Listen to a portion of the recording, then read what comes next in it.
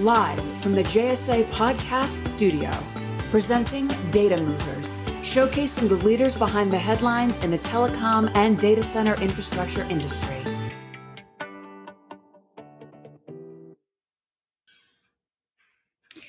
Welcome, everyone, to Data Movers. I am your host, Jamie Scotto-Kataya, CEO and founder of JSA, and joined with me is my dear friend and colleague, co-host, top B2B social media influencer, Mr. Evan Kirstel. Hey, Evan. Hey, Jamie. Hey, everyone. Thanks for watching Data Movers, where we sit down with the most influential men and women of today's leading telco and data center world. Another exciting episode here discussing the network infrastructure requirements of this new modern world. Jamie, how are you? Can you believe it's Q4? We're halfway through October. I cannot believe it. It's starting to feel like holiday mood. I've got my pumpkin spice latte going, and I'm ready for the holidays. Of course you do. You are a pumpkin spice gal. Let's thanks. just say that. But speaking of which, we have winter ahead of us. Winter is coming. It's hard to believe. You know, you Southern California people, it's you don't really worry about winter. Gets to the 60s. It's terrible. Oh, yeah. You got to put a sweater on. It's I bring out the just fleece. Awful. But I'm thinking about winter travel and where to go. And usually I flee south, like the warmth, like where you are, or Mexico, or anywhere but Boston, New England. But I don't know, this winter I'm thinking of going north for a change. Have you ever been to Scandinavia, to Iceland, to Finland, these northern countries in the winter, not the summer? In the winter, no, in the spring. But I will say, my team just came back from really exciting Data Cloud ESG in Oslo, Norway. And I know our guests as well were there and speaking, and a lot of amazing brands came out to talk sustainability, because they know what they're doing up there, and they're really bringing their influence to the world. Santa Claus has something going on up north. Yeah, I think I want to go to Finland and run with the reindeer, or go to Iceland and swim in a geothermal spa. I don't know. I'm just in the mood. I could see Christmas card being very colorful this year. Until then, let's bring on our guests, because they know a lot about the Northern European hemisphere, particularly in tech, do they not? They do. Let us get right to it, guys. Here at Data Movers, we love to really get to know our guests with their background stories, their career highs and lows, their unique perspectives on the future of our industry. And we are so excited to welcome today Verne's global CTO, Tate Cantrell, and Managing Director, Finland, Kim Gunnelius. Hey, Tate and Kim. Hi, Jamie. Hey, Evan. Hey, good to see you. Good to meet you. We've never been introduced, but I'm really intrigued by what you guys are doing and really excited to chat with you both. I'm actually just reading your announcement from late last year. You formed a Northern European data center-wide platform based in Finland, in Iceland, in the UK, and expanding. Expanding. Wow. So we want to hear all about that. How the collaboration with Verne Global Finland and Verne Global is going, and 1 year later, what have you achieved? What are you looking to achieve? And let's talk about the present and future, gentlemen. Well, just to kick it off, thank you for having us. It's exciting to be on Data Movers, and we're really excited about what we've been able to do at Verne, not only over the last year, but really the last decade and a half. And actually, Verne Finland and Verne Iceland were on parallel tracks, really in a lot of regards. And we came together, as you've read in press announcements, when we came with a common ownership, and instead of running with two separate companies in the Nordics, we convinced our ownership to have all three of our campuses, Iceland, London, Finland, all to brand under the Verne Global logo and combine our efforts. And so over the past year, as with many, mergers, acquisitions, these kinds of things, it's all about looking for the synergies between the teams and building upon that. And I'll just say that in Iceland, London, and Finland, we've got a lot of construction going on. There's a huge expansion that we have going on in Iceland. We have some great plans for expanding in Finland, and you might even see some announcements soon in some other Nordic locations where we will be moving the platform forward.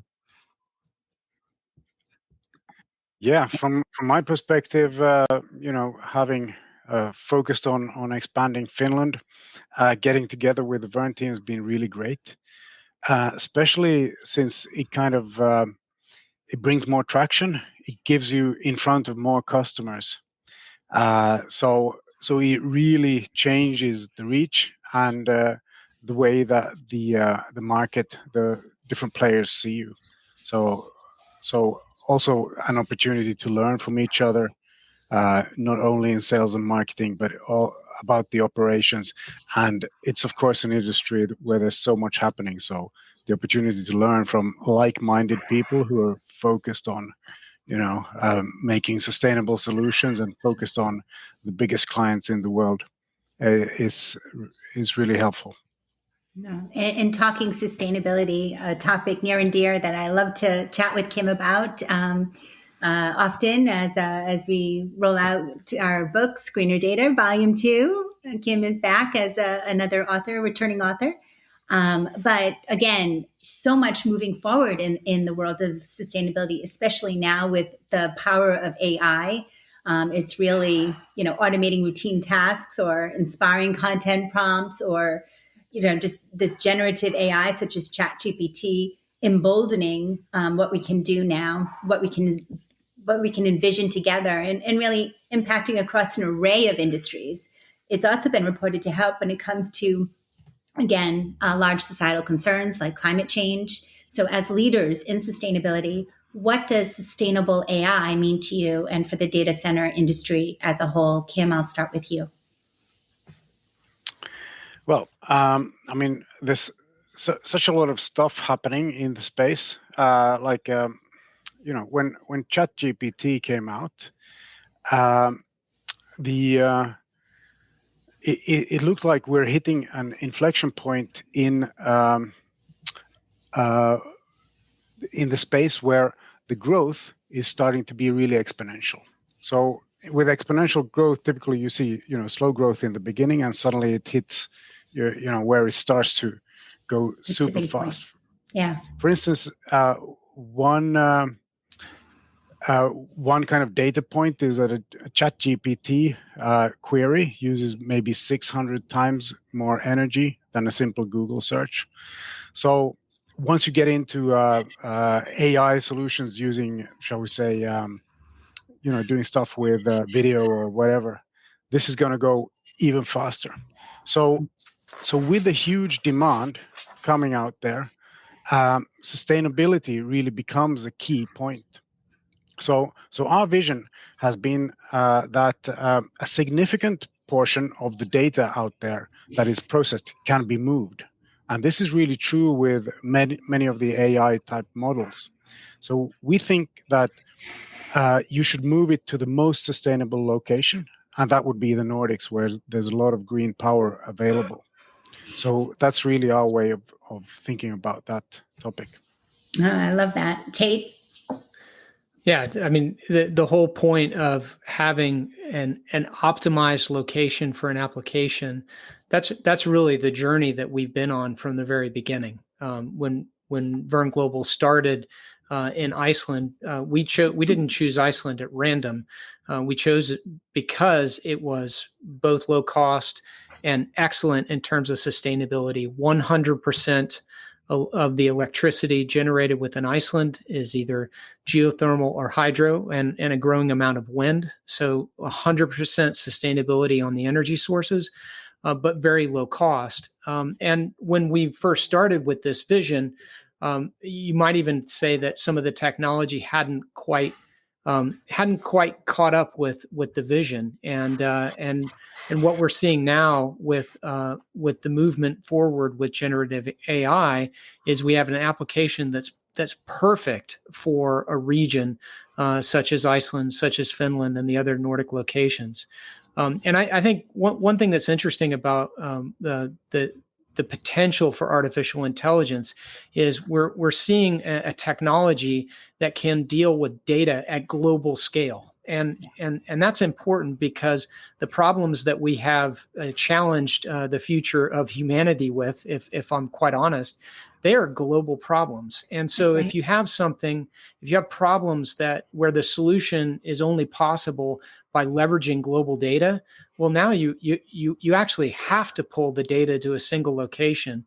And that's what we've been able to create is these huge facilities that are powered by green energy, are sustainable by the origin of the vision, operated by a company that's been operating high intensity computing for the last 15 years. Music to our ears. Wow, that's super exciting, Tate. And the irony is Gen AI usage and new applications are going to require a complete rethink of the data center. And yet it's that same AI technology or new approaches that will revolutionize data center design, security, cooling, even construction. You see Meta even shared some details on their approach to AI advancement and AI optimized data center design. So, how does this revolution that's happening really affect your thinking when it comes to your data center design, cooling, and all the intricacies therein, Tate? Sure. Well, I mean, we're re-looking at all of our designs because the pressure of the network, the pressure to get the data as close as it can to the silicon is what's really driving this next level of innovation with the facilities themselves. We used to operate in a world where CPU chips were 100 watts a piece. And it was very easy to cool those with traditional air-cooled approaches. But if you think about the traditional like heat sink that you're used to, which is a piece of copper or tin that's actually pulling heat up from the chip into an airstream, and that air is then moving the heat outside of the server box. These things are typically small devices that sit right physically on top of the chip. And what's crazy is what's happened. If we think about NVIDIA, I'm sure all of your viewers will have seen those, the pictures inside the box of the H100 machines with 8 GPUs and this beautiful NVIDIA branding over the top of this structure, this like infrastructure. Thing is, that infrastructure, this thick infrastructure, that's heat sinks. That's what's required to pull the heats out of the chips. And it's only going to get more intense because the applications today are focused on parallel computing and matrix calculations that require that all of the cores that are part of the calculation complete their workload before the next phase goes. And that means pulling the data closer and closer. That means higher density and higher demands on the equipment, higher demands on the data center. So we're having to rethink cooling. Luckily for us in the Nordics, we've been dealing with 50 kilowatt cabinets for many years, and we can attribute that to the fact that much like Evan will see when he's venturing north towards Iceland and Finland this winter, we don't have much trouble cooling things down up in the Nordics. But even in the Nordics, when you get into intensity levels of 50, 100, 200 kilowatts per cabinet, we're going to have to do a rethink, and it's really exciting. I know for us, one of the things that we've done recently is we've brought on board a team of engineers and architects to help us in this journey to what we're calling the next generation. We're actually referring to the project as Project Aurora because all of the Nordic locations that where these next generation data centers will occur will be within the area where the aurora is visible. So it's a good reminder that we are driving our technology for maximum cooling, maximum sustainability, and maximum performance of the applications. We're pushing that further and further north. I just love that. And really it's a good lead into my next question. As we circle back to Verne Global specifically, how do these AI innovations fold into your company's sustainability initiatives as we look towards 2024? Kim, what are some of the key goals that you have on the horizon? Yeah. The big sort of goal I have on my horizon is the EU Energy Efficiency Directive. Of course, these are things that we've been kind of focusing on already. So we're more or less, we're compliant from our own perspective. But there's a lot of stuff to work on together with the customers, because this will also require from the customers to do a lot of reporting. So there's going to be a lot of stuff. You need to take all the data and understand how all the different parties use it. There was actually a good discussion at the event in Norway that you referenced. It was entitled, "Excuse me, whose carbon is it? Is it yours or mine?" So the point was, don't count it twice, but do make sure that you count everything. So that's one of the main ideas, and then kind of take it further. Focus on squeezing out the rest. Shall we say we're already in a really good position with regard to being sustainable, but there's still stuff out there. Say diesel generators, even though they're used, only rarely, they are, one of those irritating things that people kind of like to point out. So moving first to HVO, and then over time, we've got a project going on with hydrogen, which we can talk about later on if we have some time. But these kind of efforts, so really getting to net zero. And Jamie, it's also really important to consider the importance of transparency. Verne Global has been a real proponent of not only reporting on Scope 1 and Scope 2 emissions, but also the Scope 3 emissions, which are really, a lot of times are frankly lost in the shuffle. If we think about the way the GHG protocol is structured, it really tends to almost focus us towards how much are you directly emitting through your own emissions, or how much, if you're a data center, how much are you emitting through through the use of electricity in your facilities. Those are the ones that we typically as an industry tend to focus on. But Verne believes that it's very important to be reporting on Scope 3. What are the materials that are going into the construction of these facilities? Look, anyone who says it's immediately a green data center is a bit fooling themselves, because look, we have to put steel, we have to put workforce in place, we have to put materials into these buildings, and if we're not thinking very carefully about how they're sourced, trying to use local materials when we can, using advanced concrete and steel that's reducing the amount of carbon that's going into it. If we're not holding ourselves accountable for these by tracking our Scope 3 emissions, we're not really doing a good service towards making a claim of being green. So we want to improve transparency, reduce greenwashing, and work with our partners in the industry to push the data center industry forward. There's so much investment that's coming in. We see announcements, at least I see them come across my emails every day, about the literally billions of dollars that are going into data center investments. We really can be a beacon of hope for other industries if we continue to make advancements in the way that we're accounting for and ultimately reducing our carbon emissions. So well said. Yes. Yes, that's what we believe in here at JSA, what we're really proud to be able to offer, that education collaboration, that this is the content that I feel like our community is built around and can really make a meaningful difference. And I want to hear more about nuclear. Yes, definitely. Kim, come on, give me a little Kim. teaser.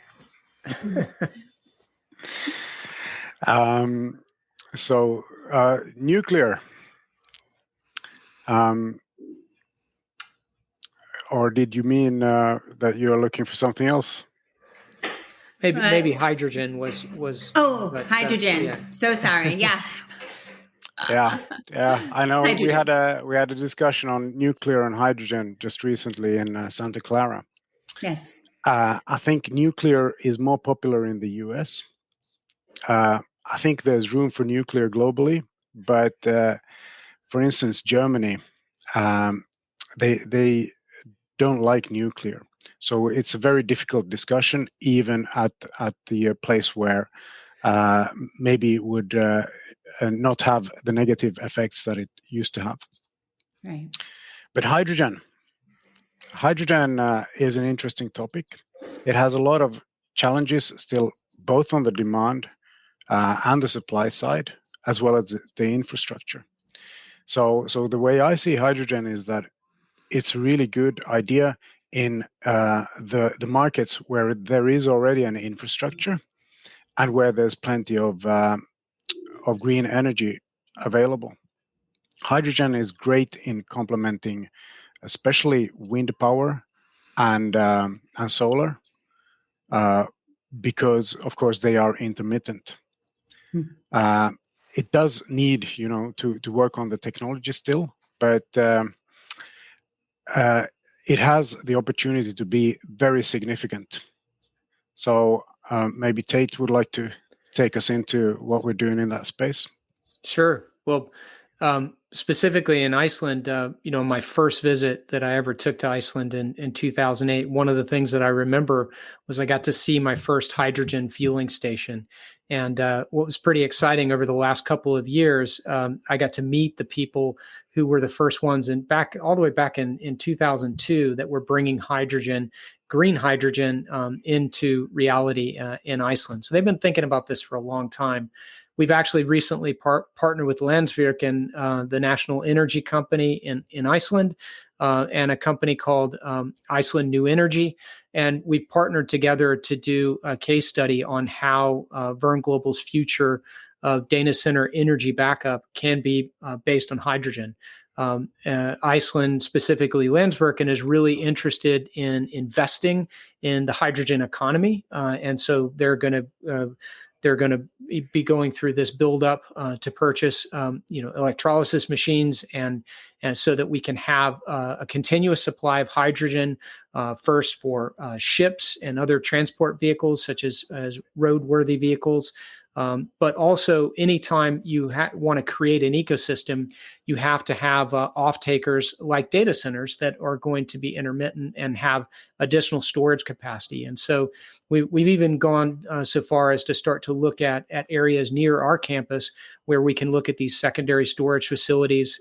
We're working with a number of vendors on how we are going to bring those first hydrogen-powered engine generators to our campus. So we're really excited about it. We think that it has a potential to really change the landscape about how data centers are, again, designed and conceived for the future. But it's one aspect, just tying it back to artificial intelligence. And we've seen this also with some of our earlier customers who are focused on high intensity computing, like financial trading, and also engineering associated with automotive. My background a long time ago was actually doing engineering simulations on electromyocardial tissue in the heart. And one of the things, if an application is constructed well, you can have breakpoints along the way where, if for whatever reason there is a failure or a shutdown of the infrastructure, it's very easy to go back and pick that simulation up. What's behind these generative AI, the maths behind them, these neurons and the training and the retraining that has to happen, a lot of that is actually very resilient to interruption. And so we actually believe that, back to the question about how are we going to change the way data centers operate, we want those data centers to really be functioning directly with the application and meeting the needs of the application and no more.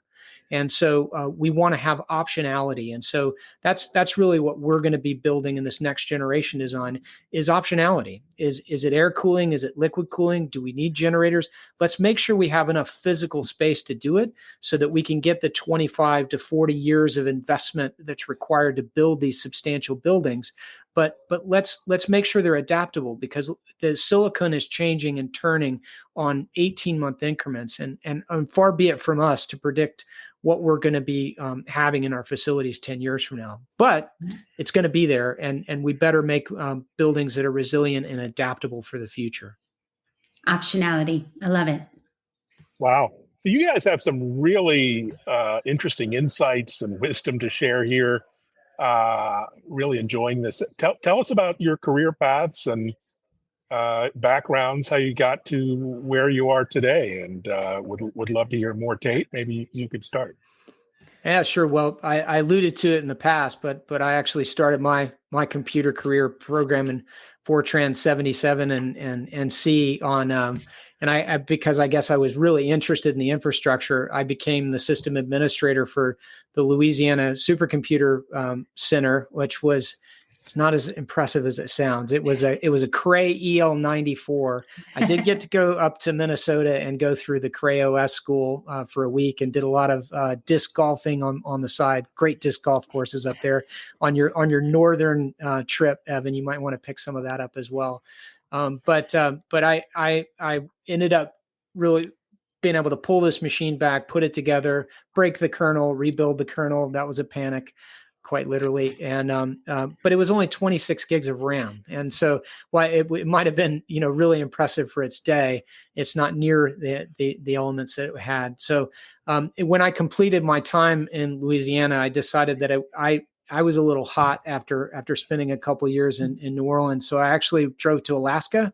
Wasn't sure what I was going to do. I got certified to be a wildlife firefighter, but I got a really good job at an engineering company, and ended up, one thing led to another. I ended up back after 3.5 years of dog mushing and this and that. Ended up back in the Washington, D.C. area, and went to work. This was 98. I went to work for the company that was doing all the data center designs for America Online and later AboveNet. And so that was my birth into data centers at scale. Then I was a VP of technology for a company called DuPont Fabros from the beginning, their origin in 2002, 2003, and went all the way through past their IPO, and really got to thinking. I think it was really, the birth of my kids that started making me think about, look, we're putting these huge power energy sucks all over the United States, starting to look abroad and how we're doing it. And that's when I really started to become interested in how others were thinking about that. And, that's what led me to Verne Global, this company that didn't necessarily have a complete vision at the time, but it was born in Iceland on the sustainable energy track. Just needed a vision in terms of how relevant data centers were going to be in the future. So that's what got me at least here today. Incredible. Kim, what's your story? What's your background? So my background is more in telecoms and software. So I actually got my master's in management science, but then I started working also programming, actually in C++ was my first job. So I was kind of I was curious to understand how software is actually built. I wanted to understand the whole sort of process around it. How can you kind of build all of this stuff together with other people to make it sort of function? So that's kind of what sucked me into this job. And then, so in telecoms, we were building management systems that were very advanced. So it was the first time you could actually manage and test networks very easily from single locations. So we were really at the forefront of making stuff efficient. And later on, I went on to focus on kind of product management in the software space in mobile devices, for instance. And what really fascinated me with software was basically that you can do anything with software, anything you dream of, but you can't do everything. So you have to kind of focus the resources, if you will. So this kind of challenge of doing the most optimal stuff, that's what was always driving me. Then at one of these jobs, I happened to know the founder of this Finnish company and got sucked into the board, and after a while, full time. And here we are, still thinking about how to optimize stuff and how to do things better, and so on. So that's my story. Oh, I love that. I love that. And for sure, you guys are such innovators. I mean, this is the theme of us talking today, how you guys are really building better mousetraps, optimizing for resources, as you mentioned. How do you foster this culture of innovation? It's so critical today. So what do you do to encourage innovation even among your team? Kim, you want to start? So I think that when people first work hard, and then when they kind of take some time to relax and enjoy themselves, and kind of like doing stuff, thinking about stuff together, that's when innovation happens. So you need to kind of build a culture where you kind of get all these things, and then you have to also kind of be able to extract that and utilize whatever comes out of it. So well said. I wish America would take more of a lesson there. Jamie, I was gonna say for your American audience, having worked in a Nordic culture for the last decade and a half, there's one thing about the Nordic summers and the Nordic holidays. People do really come back invigorated in a way that you just don't get on a 3-day holiday where you're on the phone most of the time. But beyond that, there's an interesting thing for managers to consider, and that's when somebody can take, and they should take off 4 weeks continuously. You have to have resiliency within your organization. You can't be dependent on any one person.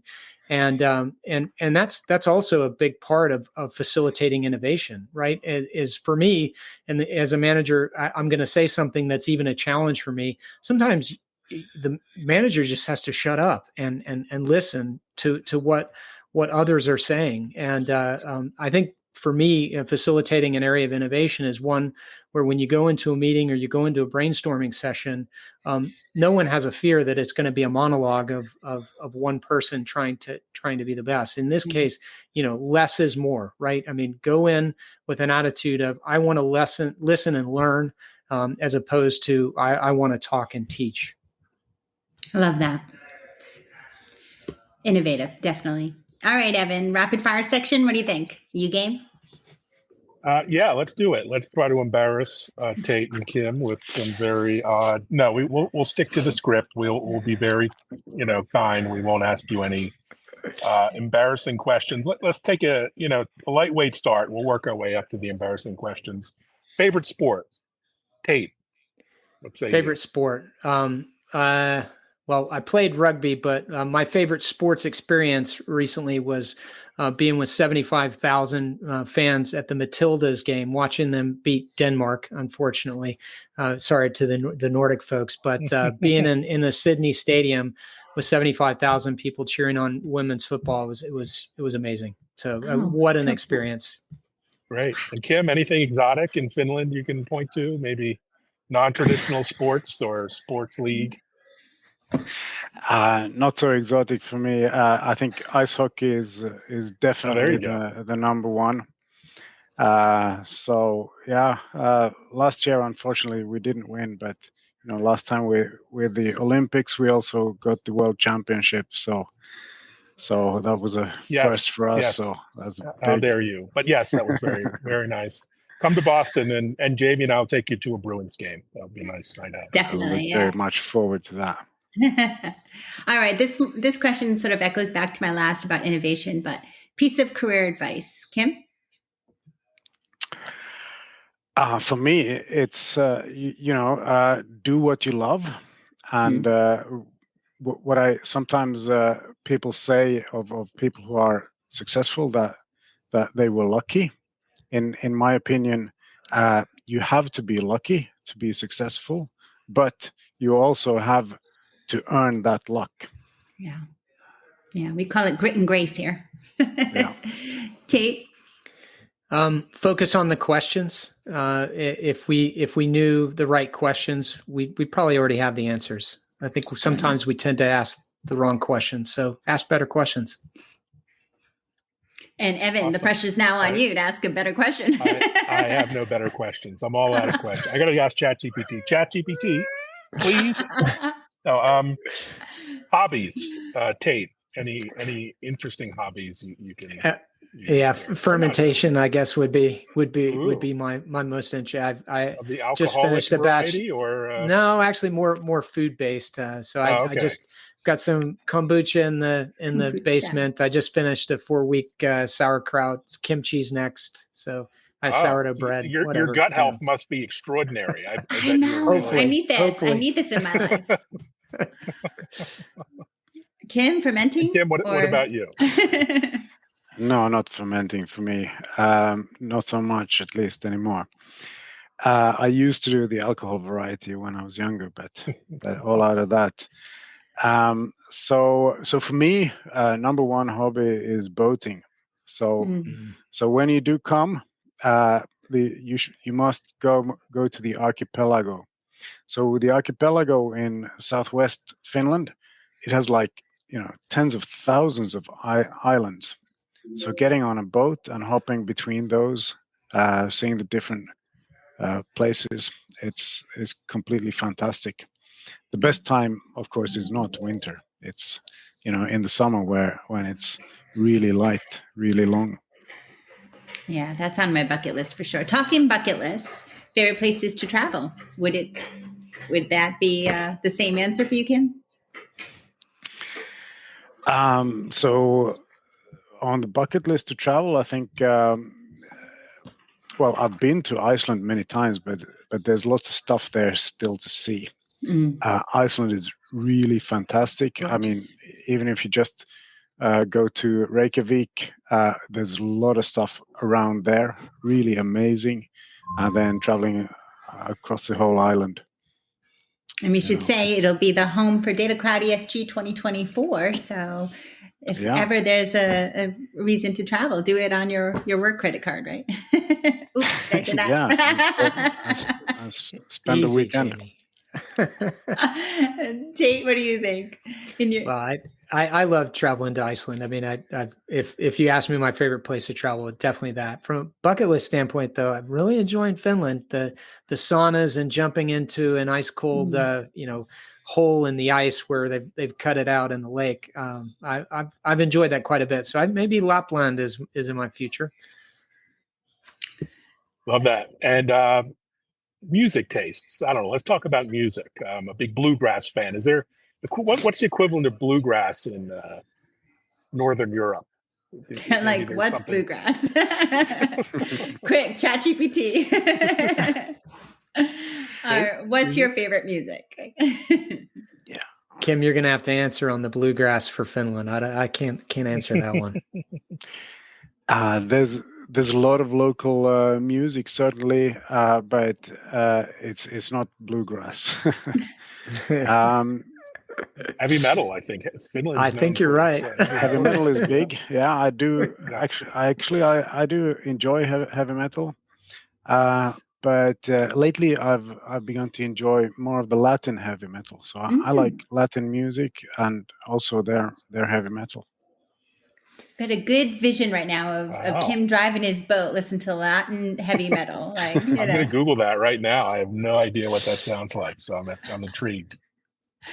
I was definitely a metalhead growing up, but I think these days I'm all about artificial intelligence. So I kind of let Spotify take me whatever's on my Discover Weekly. It's just amazing to me, over the last 5 or 10 years that I've been filling that in.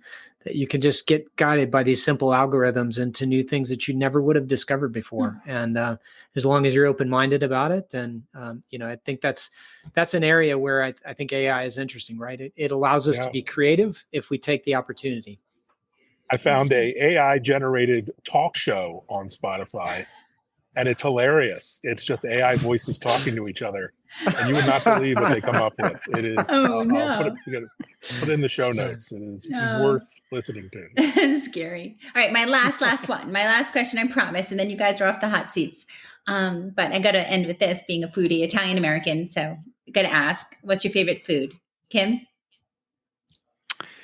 I was considering saying the Icelandic fermented shark, but it's actually not my favorite. That's interesting, though. Yeah, I only had it twice. It is an acquired taste. For me, definitely it's the French and Italian cuisine. That's number one for me. I like that answer. Tate, are you a sushi guy? I actually like vegetables. I mean, and I moved in the direction of vegetables, I don't know, a year and a half, 2 years ago. And I feel like the whole process of changing the way I taste flavors led up to this one restaurant, which I'd encourage anyone who's whether they're vegan, vegetarian or not. It's a place right in Shoreditch, London, called Oliveira Kitchen. And that one meal that I had there, I think that my entire journey towards vegetables was leading up to that. It was astounding. For example, a caviar made out of seagrasses that looked like caviar and tasted like caviar. It was just unbelievable. So I highly recommend it. But I am making that's another bucket list item here. Thank you. I love that. Always so much. That was awesome, learn. guys. I learned so much, and I would just add, I mean, it's great to see a company like Verne combining, innovation goals with sustainability. They don't have to be mutually exclusive. Quite the contrary, you guys are leading from the front on both topics. So congratulations, well done. Thank you so much for joining us. We so appreciated your insight, your personalities, your sense of humors, we got to really see a wonderful side of the leaders of Verne Global. Thank you. Thanks very much. Thank you. All right, guys, if you enjoyed today's Data Movers podcast as much as we did, go ahead and check us out at jsa.net/podcasts for this and upcoming episodes releasing every other week. And follow us on Twitter, X, Jay Scotto and Evan Kirstel. We'll be sure to engage and reply to any comments. And thanks for watching, everyone. Always. Thank you, guys, and happy networking.